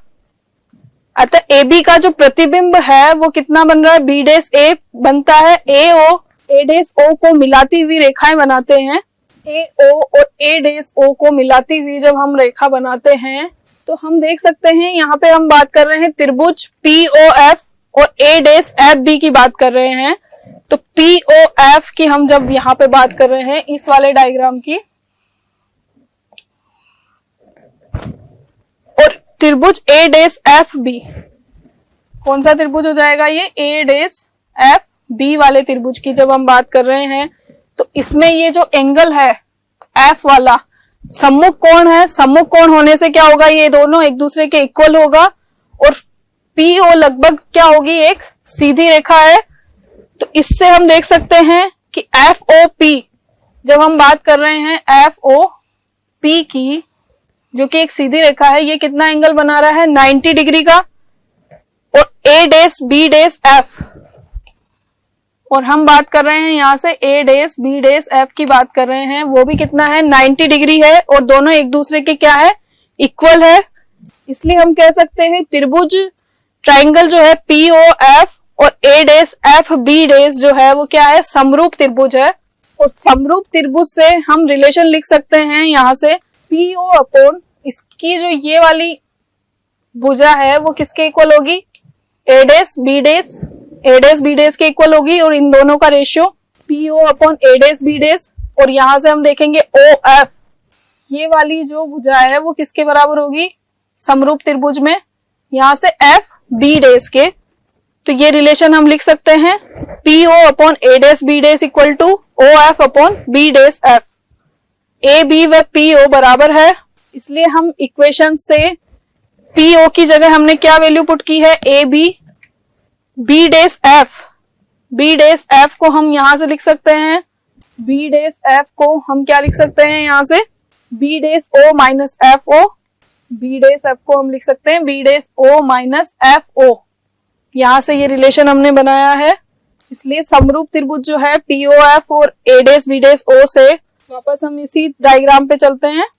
हम बात कर रहे हैं ए डैश बी डैश ओ समरूप त्रिभुज किसके हैं, ए डैश एफ ओ के समरूप है। तो वहां से हम वापस रिलेशन लिख सकते हैं, वहां से हम रिलेशन लिखेंगे ए बी किसके बराबर होगा, ए डैश बी डैश के, और BO किसके बराबर होगा, B डैश O के बराबर होगा। इसलिए इक्वेशन 2 और 3 से हम इन दोनों को कंपेयर करके लिख सकते हैं BO upon B dash O, ये वाला जो होगा वो किसके इक्वल हो जाएगा, OF upon B dash O minus FO से। AB upon A dash B dash, ये दोनों इक्वल है, उधर से वो दोनों इक्वल है, तो इसका जो राइट हैंड साइड है इक्वेशन 2 का वो किसके इक्वल हो जाएगा, इक्वेशन 3 के राइट हैंड साइड के इक्वल हो जाएगा। BO upon B dash O किसके इक्वल हो जाएगा, OF upon B dash O minus FO के इक्वल हो जाएगा। और हमको पता है कि लेफ्ट हैंड साइड वाला जो भी पोर्शन होता है वो नेगेटिव होता है, तो BO ये उसका लेफ्ट हैंड साइड है, तो कितना हो जाएगा, माइनस U। दर्पण से प्रतिबिंब की दूरी वो हो जाएगी माइनस V, तो यहाँ पे हम ये वैल्यू पुट कर सकते हैं। FO जो कि फोकस की दूरी है वो हो जाएगी माइनस F। दर्पण के लेफ्ट हैंड साइड वाले जितने भी पोर्शन है वो क्या हो जाएंगे, नेगेटिव। और हमको पता है कि दर्पण से बिंब जो कि इमेज है वो भी क्या है, उसके लेफ्ट हैंड साइड है। प्रतिबिंब जो बन रहा है वो भी उसके लेफ्ट हैंड साइड बन रहा है, और फोकस दूरी जो है वो भी क्या है, फोकस उसका लेफ्ट हैंड साइड है, तो तीनों नेगेटिव होंगे। ये वैल्यू हम यहाँ पे इक्वेशन में पुट कर सकते हैं। तो यहाँ से हमारे पास आ जाएगा U upon V equal to F upon V minus F, और UV यहाँ से हम रिलेशन को UV minus UF equal to किसके हो जाएगा, VF के इक्वल हो जाएगा। और इक्वेशन में जो हमारे पास इक्वेशन आएगी UV equal to VF plus UF, हम इसको डिवाइड कर देंगे, F से डिवाइड कर रहे हैं तो F से डिवाइड 1 अपॉन F, UVF से डिवाइड करने पर 1 upon F, 1 upon V plus 1 upon U, ये रिलेशन हमको प्राप्त हो जाएगा। और ये रिलेशन क्या कहलाता है, दर्पण समीकरण कहलाता है। नेक्स्ट क्वेश्चन है इसका, बेंड सिद्धांत के आधार पर चालक, अचालक व अर्धचालकों को विभेदित कीजिए। चालक, अचालक और अर्धचालकों में जो डिफरेंस होता है वो हम समझ सकते हैं किसके आधार पर, ऊर्जा बेंड के आधार पर। चालकता होती है मुक्त इलेक्ट्रॉनों, किस पे डिपेंड करती है, चालकता मुक्त इलेक्ट्रॉनों की संख्या पर डिपेंड करती है। वर्जित ऊर्जा अंतराल के बराबर जो इन दोनों में हम देख सकते हैं वैलेंस बैंड और कंडक्शन बैंड। वैलेंस बैंड और कंडक्शन बैंड में जितना डिफरेंस होता है उसको हम क्या बोलते हैं, उसका वर्जित ऊर्जा अंतराल। उसको किससे डिनोट करते हैं, डेल EG से डिनोट करते हैं। तो वैलेंस बैंड से इलेक्ट्रॉनों को कंडक्शन बैंड में जाने के लिए जितनी एनर्जी, जितनी ऊर्जा की नीड होती है उसको हम क्या बोलते हैं, बैंड ऊर्जा, या फिर इससे के बराबर ऊर्जा को वर्जित ऊर्जा अंतराल बोलते हैं। और इसके बराबर या इससे अधिक ऊर्जा देने पर ही चालन बैंड से जो इलेक्ट्रॉन है संयोजी बैंड से कहाँ चले जाते हैं, चालन बैंड में चले जाते हैं और मुक्त हो जाते हैं। अतः हम कह सकते हैं कि किसी भी पदार्थ की जो चालकता है वो किस पे डिपेंड करती है, उसके ऊर्जा अंतराल पर डिपेंड करती है। तो उसी के आधार पर हमने इसको 3 भागों में डिवाइड किया गया है, चालकता, कुचालकता और अर्धचालकता।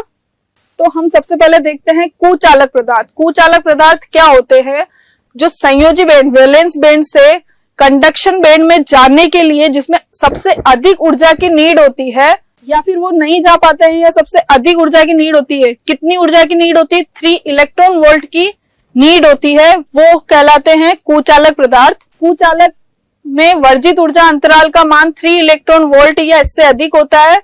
इस कारण सामान्य ताप पर संयोजी बैंड के इलेक्ट्रॉन चालन बैंड में नहीं जा पाते हैं। संयोजी बैंड तो पूर्ण तरफ से क्या होता है, पूरी तरह से भरा होता है, पर चालन बैंड क्या होता है, उसमें कोई इलेक्ट्रॉन उपस्थित नहीं होता है। कब जा पाते हैं, जब हम उसको कितनी ऊर्जा दे दें, 3 इलेक्ट्रॉन वोल्ट से अधिक ऊर्जा दे दी जाए, तभी वो उसमें चालन बैंड में जा पाते हैं और तभी इलेक्ट्रॉनों का चालन होता है और विद्युत मुक्त इलेक्ट्रॉन की वजह से विद्युत क्षेत्र उत्पन्न होता है। इस प्रकार के पदार्थों की चालकता क्या होती है, नगण्य होती है और प्रतिरोधकता अधिक होती है कुचालकों के लिए। इस प्रकार के पदार्थों को जब हम ताप देते हैं तो संयोजी बैंड के कुछ इलेक्ट्रॉन चालन बैंड में चले जाते हैं। इस कारण इनकी चालकता में अत्यल्प वृद्धि होती है और प्रतिरोधकता में अत्यल्प कमी आती है। कुचालकों की इस विशेष अवस्था को कौन सी अवस्था बोलते हैं, भंजन अवस्था या ब्रेकडाउन। तो इसके जो उदाहरण है कुचालकों के उदाहरण है लकड़ी, कांच, एबोनाइट, हीरा, आदि इसके उदाहरण है। और इसमें जो वर्जित ऊर्जा अंतराल है वो सबसे अधिक है हीरे का, वो होता है 7 इलेक्ट्रॉन वोल्ट। नेक्स्ट हम बात करते हैं चालक धातुओं की। चालक जिसमें कि अंतिम ऊर्जा बैंड अधूरे भरे होते हैं अथवा चालन बैंड और संयोजी बैंड क्या होता है, अतिव्यापित होते हैं, एक दूसरे से मिले होते हैं, जिसमें इलेक्ट्रॉन आपस में जा सकते हैं। संयोजी बैंड से चालन बैंड में बिना उसको ताप दिए भी उसमें वैलेंस बैंड से कंडक्शन बैंड में इलेक्ट्रॉन जा सकते हैं और एक दूसरे से सुपर इम्पोज कर सकते हैं। जैसे हम बात करते हैं सोडियम के परमाणु में 11 इलेक्ट्रॉन होते हैं, इनमें से प्रथम कक्ष में 2, दूसरे कक्ष में 8 और तीसरे कक्ष में 1 ही इलेक्ट्रॉन होता है। इस प्रकार सोडियम का 3s जो बैंड है हम किस प्रकार से फिल करते हैं, 11 इलेक्ट्रॉन है उसको हम लिखते हैं 1s1 या 1s2, 2s2, 2p6 और 3s1 से डिनोट करते हैं। इलेक्ट्रॉन अभिविन्यास होता है इसका, जिसमें हम देख सकते हैं प्रथम कक्ष में 2 इलेक्ट्रॉन है, दूसरे कक्ष में 8 इलेक्ट्रॉन और तीसरे कक्ष में 1 ही इलेक्ट्रॉन होता है। इस प्रकार सोडियम का जो 3s1 है वो आधा भरा होता है। इस बैंड के इलेक्ट्रॉन कमरे के ताप पर वातावरण से ऊर्जा ग्रहण कर उसी बैंड के उच्च तलों में आ जाते हैं। ये हम बात कर रहे हैं चालक पदार्थों की, जिसमें वैलेंस बैंड तो पूरा भरा हुआ है, कंडक्शन बैंड खाली है, पर ऊर्जा अंतराल उनके बीच का क्या है, बहुत कम है। तो इसको हम इस तरह से देख सकते हैं, जब हम ऐसे पदार्थों पर क्या है बाहरी विद्युत क्षेत्र आरोपित करते हैं तो ये इलेक्ट्रॉन कुछ मिनिमम ऊर्जा ग्रहण करके ही गतिमान हो जाते हैं। इनकी सामूहिक गति के कारण विद्युत चालन होता है। जिन पदार्थों की संयोजी बैंड पूरी तरह से भरे होते हैं, जैसे हम बात करते हैं मैग्नीशियम की, जिसमें 12 इलेक्ट्रॉन होते हैं और 3s बैंड कितना हो जाता है, 3s2 हो जाता है, पूरी तरह से भर जाता है। परंतु इसके ऊपर 3p बैंड का जो निचला भाग है 3s बैंड के ऊपरी भाग से अतिव्यापन कर लेता है। इस प्रकार की धातुओं में चालन व संयोजी बैंड अतिव्यापन की स्थिति में होते हैं। इनके मध्य ऊर्जा अंतराल नहीं होता है। कमरे के ताप पर ही वातावरण से ऊर्जा ग्रहण करके संयोजी इलेक्ट्रॉन किसमें चले जाते हैं, चालन बैंड में चले जाते हैं। जब बाह्य विद्युत क्षेत्र आरोपित किया जाता है तो ये मुक्त इलेक्ट्रॉन गतिमान हो जाते हैं और विद्युत का चालन करते हैं। इस प्रकार के पदार्थों का प्रतिरोध कम या चालकता उच्च होती है। ये हम बात कर रहे हैं चालक पदार्थों की, जिसमें वैलेंस बैंड और कंडक्शन बैंड में अतिव्यापन हो रखा है और वर्जित ऊर्जा अंतराल लगभग किसके बराबर है, 0 के बराबर है। अब हम बात करते हैं अर्धचालकों की, सेमीकंडक्टर, जिनमें वर्जित ऊर्जा अंतराल का मान वैलेंस बैंड और कंडक्शन बैंड के बीच का कुछ मतलब 3 इलेक्ट्रॉन वोल्ट से कम होता है। जो हम कुचालकों की बात करते हैं उसमें 3 इलेक्ट्रॉन वोल्ट से अधिक होता है। तो जो अर्धचालक है वो किसके बीच की अवस्था है, चालक की और कुचालक के बीच की अवस्था है। हम देख सकते हैं इसमें ऊर्जा अंतराल कितना 3 इलेक्ट्रॉन वोल्ट से कम होता है। कुचालकों में पाए जाने वाले वर्जित ऊर्जा अंतराल से क्या है, वो कम है।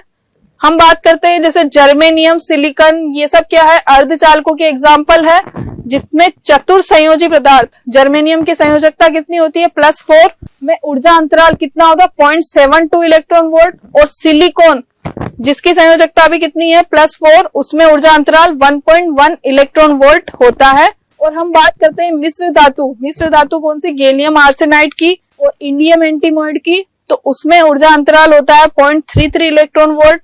और इंडियम एंटीमोइड में होता है कितना, 0.17 इलेक्ट्रॉन वोल्ट उसका ऊर्जा अंतराल होता है। नेक्स्ट सेक्शन है इसका सेक्शन डी, जिसमें हम बात करेंगे निबंधात्मक क्वेश्चन की। 2 क्वेश्चन है, प्रत्येक के नंबर कितने हैं, 4 नंबर का क्वेश्चन है। उसमें फर्स्ट क्वेश्चन है इसका, विद्युत चुंबकीय प्रेरण के लेंज के नियम का उल्लेख कीजिए और लेंज के नियम से ऊर्जा संरक्षण के नियम की अनुपालना किस प्रकार से होती है उसको समझाइए। लेंज ने कौन सा नियम दिया था, विद्युत वाहक बल की दिशा के लिए एक नियम दिया था, जिसमें उसके नियम के अनुसार ये था कि विद्युत चुंबकीय प्रेरण की प्रत्येक अवस्था में प्रेरित विद्युत वाहक बल उसकी जो धारा उत्पन्न हो रही है उसका विरोध करता है, या प्रेरित धारा की दिशा इस प्रकार होती है कि वे उन कारणों का विरोध करे जिनके द्वारा इनकी उत्पत्ति हुई है। यदि परिपथ में चुंबकीय फ्लक्स का मान बढ़ता है तो प्रेरित धारा की दिशा इस प्रकार होगी कि उससे उत्पन्न चुंबकीय बल रेखाओं की दिशा मूल बलों की दिशा के क्या होगी, विपरीत होगी। यदि परिपथ में चुंबकीय फ्लक्स का मान घटता है तो प्रेरित धारा की दिशा इस प्रकार होगी कि उससे उत्पन्न चुंबकीय बल रेखाओं की दिशा मूल बल रेखाओं की दिशा में होती। अगर घट रहा है तो उसकी दिशा में होगी, और अगर बढ़ रहा है तो उसके क्या हो जाएगी, वो अपोजिट हो जाएगी, चुंबकीय बल रेखाओं की दिशा। ये हम बात कर रहे हैं चुंबक की। इसमें हम देख सकते हैं कि चुंबक का जो उत्तरी ध्रुव है वो कुंडली की ओर गतिशील है। चुंबक का उत्तरी ध्रुव, नॉर्थ पोल जिसको बोल रहे हैं, वो इसकी तरफ गतिशील है। तो इसमें जो करंट की डायरेक्शन है वो किस प्रकार होगी, उसी डायरेक्शन में होगी जिस तरफ से ये मूव कर रहा है। इसको हम इस तरह से देख सकते हैं। तो इस समय कुंडली में किस तरह धारा प्रवाहित होगी, एंटी क्लॉकवाइज डायरेक्शन में धारा प्रवाहित होगी। जब कुंडली का वह सिरा जो चुंबक की ओर है वो उत्तरी ध्रुव की भांति व्यवहार करेगा, कुंडली के सिरे पर उत्पन्न ये उत्तरी ध्रुव चुंबक के उत्तरी ध्रुव के पास आने का क्या करेगा, विरोध करेगा। इन डायरेक्शन में, इस डायग्राम में अपन देख सकते हैं कि जब नॉर्थ पोल जो है चुंबक का वो उस डायरेक्शन में जा रहा है, उसके पास जा रहा है, तो वो जो डायरेक्शन होगी करंट की वो कैसी होगी, एंटी क्लॉकवाइज होगी। और जब उससे दूर जा रहा है तो जो डायरेक्शन होगी करंट की वो कैसी होगी, क्लॉकवाइज डायरेक्शन होगी। चुंबक का दक्षिण ध्रुव कुंडली की ओर हो तो चुंबक की कुंडली के समीप ले जाने पर कुंडली का वह सिरा जो चुंबक की ओर है वो किसकी तरह व्यवहार करेगा, दक्षिणी ध्रुव की भांति व्यवहार करेगा। और इसी के अपोजिट में जब हम देखते हैं चुंबक के उत्तरी ध्रुव को कुंडली से दूर ले जाया जाता है तो कुंडली में धारा दक्षिणावर्त दिशा में प्रवाहित होती है, और इस प्रकार चुंबक की ओर वाला सिरा दक्षिणी ध्रुव की भांति व्यवहार करेगा और चुंबक के दूर जाने का क्या, विरोध करेगा। यदि चुंबक का दक्षिणी ध्रुव कुंडली से दूर ले जाया जाता है तो कुंडली का वह सिरा जो चुंबक की ओर है उत्तरी ध्रुव की भांति व्यवहार करेगा, और कुंडली में प्रेरित धारा की जो दिशा होगी वो क्लॉकवाइज या वामाव्रत होगी। और जब हम बात कर रहे हैं उत्तरी ध्रुव की, जब उसको कुंडली से दूर ले जाया जा रहा है तो कुंडली में धारा दक्षिणावर्त दिशा में प्रवाहित हो रही है। हम इस डायग्राम में देख सकते हैं, जब स्थिर रख रहे हैं चुंबक, कुंडली के गतिशील होने पर प्रेरित धारा की दिशाएं ए और बी में दिखाई गई है। जब हम स्थिर रख रहे हैं उसको, चुंबक को स्थिर रख रहे हैं, तो वो कैसी डायरेक्शन है उसकी, एंटी क्लॉकवाइज, नॉर्थ पोल बनेगा। और जब इसको स्थिर रख रहे हैं और ये वाली कुंडली बाहर की तरफ, दूर की तरफ मूव कर रही है, तो उसमें जो धारा होगी वो कैसी होगी, क्लॉकवाइज डायरेक्शन में फ्लो करेगी। फेराडे के नियमों से विद्युत चुंबकीय प्रेरण में प्रेरित विद्युत वाहक बल का मान परिमाण प्राप्त होता है तथा लेंज के नियम से इसकी दिशा ज्ञात कर सकते हैं। यदि दोनों नियमों को मिलाया जाए तो विद्युत चुंबकीय प्रेरण से उत्पन्न प्रेरित विद्युत वाहक बल को निम्न प्रकार लिखा जाता है, E = -d∅/dt, जिसमें जब कुंडली में 6 फेरे हो तो उसके लिए लिख सकते, n फेरे हो तो उसके लिए लिख सकते हैं -n d∅/dt। और यहाँ ऋण चिन्ह यह व्यक्त करता है कि वो उसका प्रेरित विद्युत वाहक बल उस कारण का विरोध कर रहा है जिसके कारण वह उत्पन्न हुई है। ऊर्जा संरक्षण के नियम की अनुपालना लेंज के नियम से विद्युत चुंबकीय प्रेरण के प्रयोगों में हमने देखा है कि कुंडली के सिरे पर ऐसा ध्रुव बनता है जो चुंबक की गति का विरोध करता है। उदाहरण के तौर पर जब चुंबक के उत्तरी ध्रुव को कुंडली के किसी सिरे की तरफ ले जाया जाता है तो इस सिरे की ओर उत्तरी ध्रुव बन जाता है, और जो कि चुंबक के पास आने का विरोध करता है। या और इसी प्रकार प्रतिकर्षण बल के विरुद्ध हमें कार्य करना होता है जो कुंडली में प्रेरित विद्युत वाहक बल के रूप में संचित हो जाता है। इसी प्रकार बात कर सकते हैं अपन, उस उत्तरी ध्रुव की बात की है, उसको पास लाने की बात की है, तो उसी प्रकार हो जाएगा। जब उसको कुंडली से दूर ले जाया जाता है तो धारा इस प्रकार से प्रवाहित होती है कि वो किसकी तरफ कार्य करने लग जाए, दक्षिणी ध्रुव की भांति कार्य करने लग जाए, और दूर जाने पर चुंबक को आकर्षण द्वारा रोकने का प्रयास करे। इस आकर्षण बल के विरुद्ध चुंबक को दूर गति करवाने के लिए कार्य करना पड़ता है। यही कार्य कुंडली में प्रेरित विद्युत वाहक बल के रूप में संचित हो जाता है। ये भी उसी का ही दिखाया गया है कि जब चुंबक किसी बाह्य बल तथा ऊर्जा के कुंडली की ओर गति कर रहा है तो कुंडली में विद्युत ऊर्जा उत्पन्न होती रहती है। अतः किसी अन्य ऊर्जा के खर्च किए बिना ही विद्युत ऊर्जा निरंतर उत्पन्न होती रहती है। यदि ऐसा होता है तो उचित परिस्थितियों में एक शाश्वत गतिक मशीन का निर्माण किया जा सकता है जो कि ऊर्जा संरक्षण नियम को फॉलो करे, और यह संभव नहीं है। इसका नेक्स्ट क्वेश्चन है, और में नाभिक के साइज, आयतन व घनत्व को समझाइए।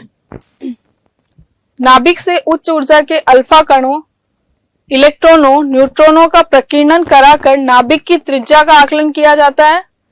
इस विधि में नाभिक से अल्फा कण की निकटतम पहुंच की दूरी, जितनी दूरी पर नाभिक से अल्फा कण जा सकता है उसको हम कौन सी दूरी बोलते हैं? निकटतम पहुंच की दूरी। और उसको अगर हम नाभिक की त्रिज्या के बराबर मान ले लगभग, परंतु इस प्रकार की गणना करके नाभिक की त्रिज्या का यथार्थ मान प्राप्त नहीं हो सकता है, बल्कि यह मान नाभिक की वास्तविक त्रिज्या से कुछ अधिक होता है। इलेक्ट्रॉन की स्कैटरिंग से नाभिकीय आवेश वितरण के विषय में ज्ञान प्राप्त होता है, जो हम समझ सकते हैं इससे। अधिकांश नाभिक में नाभिक की जो त्रिज्या होती है वो द्रव्यमान संख्या पर डिपेंड करती है, और वो आर जो त्रिज्या है वो द्रव्यमान संख्या की 1/3 पावर के प्रोपोर्शनल होती है, जिसको हम लिख सकते हैं आर प्रोपोर्शनल टू ए की पावर 1/3, या आर इक्वल टू एक कांस्टेंट लगाते हैं आर नोड ए की पावर 1/3। जहां उच्च ऊर्जा वाले इलेक्ट्रॉनों के प्रकीर्णन के प्रयोगों के आधार पर आर नोड जो है वो नाभिक की त्रिज्या है जो कि फिक्स्ड होती है, और वो कितनी होती है? 10 की पावर -15 मीटर की कोटि की, या उसको हम लिख सकते हैं 1.2 फर्मी। नाभिक का आयतन, आयतन को हम लिखते हैं V से। नाभिक का आयतन जो होगा वो कितना होगा? 4πr³, क्योंकि वह हम किसकी बात कर रहे हैं? गोले की बात कर रहे हैं। नाभिक एक गोला है, उसका आयतन होता है 4/3πr³। r की जगह हम वैल्यू पुट करेंगे r नोड a की पावर 1/3। अतः नाभिक का आयतन द्रव्यमान संख्या के क्या समानुपाती होता है, अर्थात आयतन नाभिक में उपस्थित न्यूक्लियनों की संख्या के समानुपाती होता है। नाभिक का घनत्व, जिसको हम डिनोट करते हैं रो से, वह होता है रेशियो होता है नाभिक के द्रव्यमान और आयतन का। घनत्व की बात करते हैं, घनत्व को हम लिखते हैं m/v से, तो इसी में भी नाभिक का द्रव्यमान अपॉन नाभिक का आयतन। द्रव्यमान जिसको हम डिनोट कर रहे हैं a से, नाभिक का आयतन 4/3πr³, इन दोनों का जो रेशियो आएगा वो क्या होगा? उसका घनत्व होगा। नाभिक का जो घनत्व है वो कितना हो जाएगा? a/4πr0³ 1.66, 1 AMU में चेंज कर रहे हैं, 1.66 10 की पावर -27 किलोग्राम पर मीटर क्यूब। जो घनत्व है और परमाणु क्रमांक है, और घनत्व Z या A पर निर्भर नहीं करता है। नाभिकीय घनत्व सभी नाभिकों के लिए समान है। इसका मान जो होता है वो होता है 2.41 10 की पावर -17 किलोग्राम पर मीटर क्यूब। ये नाभिक का घनत्व है। इतने अधिक घनत्व वाला द्रव्य न्यूट्रॉन स्टार में पाया जाता है। पानी का जो घनत्व है वो होता है 1 ग्राम पर सेंटीमीटर क्यूब। अतः नाभिक का घनत्व पानी के घनत्व से कितना लगभग ज्यादा है? 2400 खरब गुना अधिक होता है। नेक्स्ट क्वेश्चन है, दूरदर्शक से क्या तात्पर्य है? टेलीस्कोप जिसकी हम बात कर रहे हैं। अपवर्ती दूरदर्शी का एक नामांकित किरण आरेख बनाना है, इसकी आवर्धन क्षमता मैग्निफिकेशन, उसका व्यंजक प्राप्त करना है। परावर्ती दूरदर्शी की तुलना में अपवर्ती दूरदर्शी की 2 कमियां लिखनी है। तो दूरदर्शी, हम जानते हैं दूरदर्शी क्या होता है? जिसका प्रयोग दूर स्थित वस्तुओं को देखने के लिए किया जाता है। खगोलीय अपवर्ती दूरदर्शी 2 या 2 से अधिक लेंसों के संयोजन से बनते हैं। इनके द्वारा दूरस्थ वस्तु का बड़ा प्रतिबिंब निकट बनाने से दर्शन कोण बड़ा हो जाता है तथा वस्तु स्पष्ट या बड़ी दिखाई देती है। इसकी हम रचना की बात करें तो एक धातु की बेलनाकार नली होती है, जिसके एक सिरे पर बड़ी फोकस दूरी तथा बड़े द्वारक का अवर्णक उत्तल लेंस लगा रहता है। इसे वस्तु की ओर रखते हैं, अतः इसे अभिदर्शक लेंस कहते हैं। और नली के दूसरे सिरे पर अन्य छोटी नली लगी होती है। ये जो लेंस है वस्तु की ओर वाला, ये अभिदर्शक लेंस है। नेत्रिका की ओर रखा हुआ है, इसको हम बोलते हैं अभिनेत्र लेंस। इसको दंतुर दंड चक्र व्यवस्था द्वारा बड़ी नली में इसको आगे पीछे खिसकाया जा सकता है। अभिदर्शक लेंस को छोटी नली के बाहरी सिरे पर एक छोटी फोकस दूरी तथा छोटे द्वारक वाला अवर्णक उत्तल लेंस लगा रहता है, इसे अभिनेत्र लेंस कहते हैं। इसकी बात कर रहे हैं हम। छोटी फोकस दूरी वाला, छोटे द्वारक वाला अवर्णक उत्तल लेंस लगा रहता है, और इसे हम क्या कहते हैं? अभिनेत्र लेंस कहते हैं। प्रतिबिंब का बनना, चित्र में दूरदर्शी का अभिदर्शक लेंस जिसको हम O से डिनोट कर रहे हैं, अभिनेत्र लेंस जिसको हम E से डिनोट कर रहे हैं। PQ एक वस्तु है दूर स्थित वस्तु है जिसका Q सिरा दूरदर्शी के अक्ष पर स्थित है। लेंस O कौन सा लेंस है? अभिदर्शक लेंस। तथा PQ का वास्तविक उल्टा व छोटा प्रतिबिंब P1Q1 लेंस के द्वितीय फोकस F नोड पर बनता है। ये हम इस डायग्राम से देख सकते हैं। P1Q1 बन रहा है, इससे जब हम बना रहे हैं C से डायरेक्ट निकल रही है और यहां से थोड़ा सा इसका अपवर्तन होके P1 पॉइंट पर मिल रही है, तो जो ऑब्जेक्ट है उसका प्रतिबिंब बन रहा है P1Q1।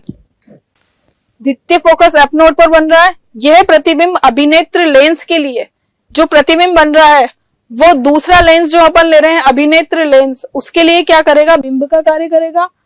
अभिनेत्र लेंस को इस प्रकार से संबंधित करते हैं कि प्रतिबिंब P1Q1 अभिनेत्र लेंस E व उसके फोकस F E के मध्य बने। अभिनेत्र लेंस क्या होता है? ये एक तरह से सरल सूक्ष्मदर्शी तथा आवर्धक के रूप में कार्य करता है और इसका क्या करेगा? वो जो प्रतिबिंब का वापस प्रतिबिंब बनाएगा, सीधा बड़ा आभासी प्रतिबिंब बनाएगा। इसको हम वापस डायग्राम से देख सकते हैं। P1Q1 का वापस से ये प्रतिबिंब बनाएगा P2Q2 जो कि आभासी होगा, बड़ा प्रतिबिंब होगा। नेत्र लेंस की स्थिति इस प्रकार से संबंधित करते हैं जिससे P2Q2 नेत्र से D दूरी पर बने और अंतिम प्रतिबिंब जो बन रहा है P2Q2 मूल बिंब PQ के सापेक्ष उल्टा बनता है। अंतिम प्रतिबिंब बन रहा है P2Q2, जो मेन जो अपन ले रहे हैं PQ के सापेक्ष क्या है? उल्टा बन रहा है। दूरदर्शी की आवर्धन क्षमता हमको निकालनी है। आवर्धन क्षमता मैग्निफिकेशन, जिसको हम M से डिनोट करते हैं, वो जो दोनों प्रतिबिंब है या दोनों लेंस है, अभिदर्शक लेंस और अभिनेत्र लेंस, उनके एंगल पर डिपेंड करता है। अंतिम प्रतिबिंब द्वारा आंख पर बने कोण बीटा तथा वस्तु पर बने कोण अल्फा की निष्पत्ति होती है। चूंकि वस्तु अनंत पर है इसलिए आंख पर उसका कोण वही माना जा सकता है जो वस्तु अभिदर्शक के केंद्र पर बनाती है। M इक्वल टू क्या हो जाएगा? Beta upon alpha. छोटे कोणों के लिए जब हम बात करेंगे तो ten beta upon tan alpha की बात करेंगे और चित्र की ज्योमेट्री से बात कर रहे हैं। टेन अल्फा इक्वल टू हो जाएगा P1Q1 अपॉन OQ1। ये हम देख सकते हैं यहां से डायग्राम से। P1Q1 हम किसकी बात कर रहे हैं? बीटा की बात कर रहे हैं। वो हो जाएगा P1Q1 अपॉन ये वाला डायग्राम लेके P1Q1 अपॉन OQ1 हो जाएगा। यहां से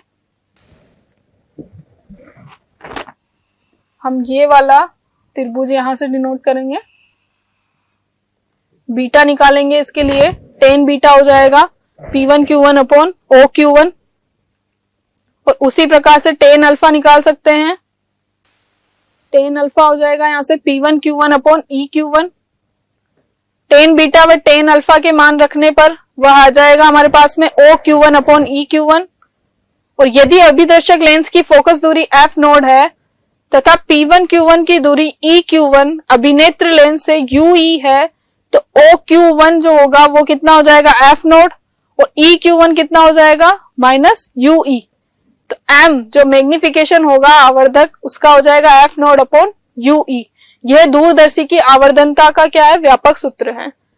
परावर्तक दूरदर्शी में प्रतिबिंब अपवर्तक दूरदर्शी की अपेक्षा अधिक चमकीला बनता है और परावर्तक दूरदर्शी से बने प्रतिबिंब में वर्ण विपतन का दोष नहीं होता है, जबकि अपवर्तक दूरदर्शी से बने प्रतिबिंब में यह दोष होता है। इसका नेक्स्ट क्वेश्चन है, संयुक्त सूक्ष्मदर्शी से क्या तात्पर्य है? संयुक्त सूक्ष्मदर्शी द्वारा सामान्य समायोजन में प्रतिबिंब बनना दर्शाने के लिए नामांकित किरण आरेख बनाइए। इसकी आवर्धन क्षमता के लिए व्यंजक उत्पन्न कीजिए। सेम टू सेम वही प्रोसेस रहेगा इसका भी। संयुक्त सूक्ष्मदर्शी के लिए भी यह एक प्रकाशिक यंत्र होता है और इसका उपयोग अति सूक्ष्म वस्तुओं को देखने के लिए किया जाता है, ये हमको पता है। इसमें इसकी बनावट देखेंगे तो धातु की एक बेलनाकार नली होती है जिसके एक सिरे पर कम फोकस दूरी व छोटे द्वारक का उत्तल लेंस स्थित होता है और इसे छोटे द्वारक का है इसमें संयुक्त में।